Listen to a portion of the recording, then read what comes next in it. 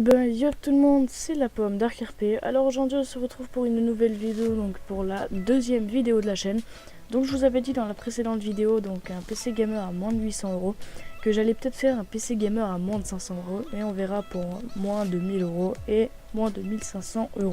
Donc là ça sera du trop de gamme, mais moins de 500 € là pour cette vidéo ça sera pas vraiment génial, mais vous pourrez faire tourner quand même pas mal de bons jeux.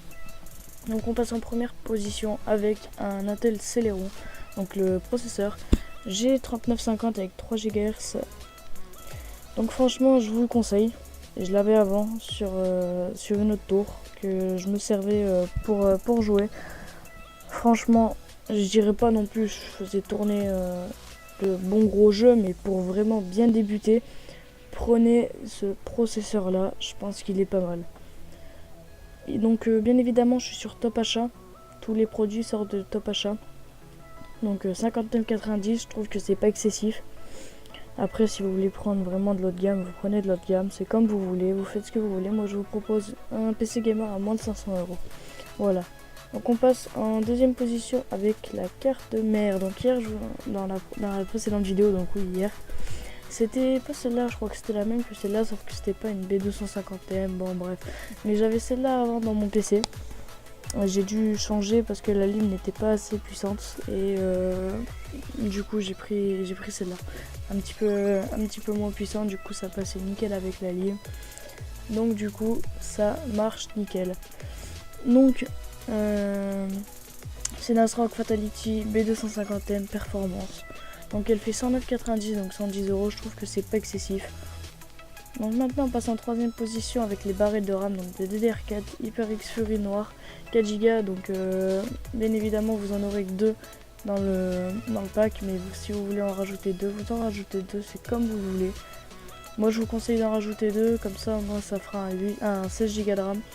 Donc c'est des barrettes de RAM 2133 MHz CS14, donc elles font 54,90.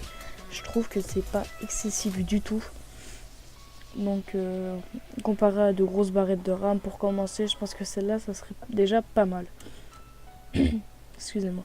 Donc maintenant on passe avec le Ventirad en quatrième position, si je dis pas de conneries.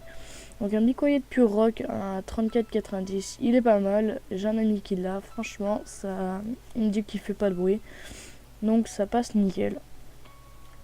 On passe en cinquième position, si je me plante pas, je crois que je dis une connerie mais je suis pas sûr.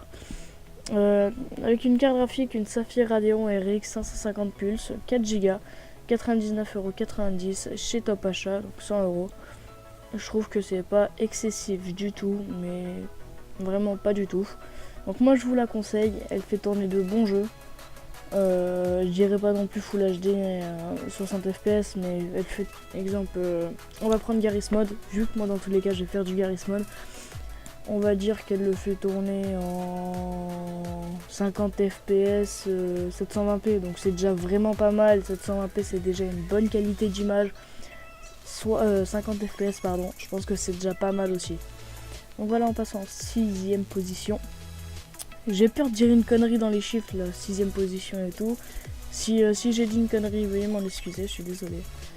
Donc on passe avec un disque dur, un Seagate, un Barracuda, 1 Tera comme d'habitude, 46,80 €. Il n'était pas à 42,80 €, bon je sais plus, donc c'est un SATA 3.5 comme vous le savez. On passe tout de suite avec l'alimentation en 7ème position, une FGA 500 watts, 99, oui c'est ça, 49,90 €. Je pense que c'est pas excessif pour une 500 watts. Moi je vous la recommande fortement. On passe en 8ème position avec le boîtier, le Cooler Master Box Lite 3.1. Donc vous inquiétez pas, c'est la carte mère elle va dedans, j'ai tout vérifié. Vous inquiétez pas, la carte mère elle est bien, c'est bien une micro ATX comme la boîtier. Donc c'est nickel, ça passe crème. Donc 42,90, je trouve que c'est pas excessif pour avoir un côté en verre trempé. Donc franchement moi je vous la conseille. Ce qui me gêne un peu moi personnellement, c'est que c'est les vis là. Ça me choque un peu. Après vous faites comme vous voulez. Si vous voulez prendre un autre boîtier, faites attention à vous que ça soit bien un micro ATX si vous voulez prendre la carte mère que je vous ai conseillé. Donc voilà les gars, donc on s'arrête là pour cette vidéo. J'espère que ça vous aura plu.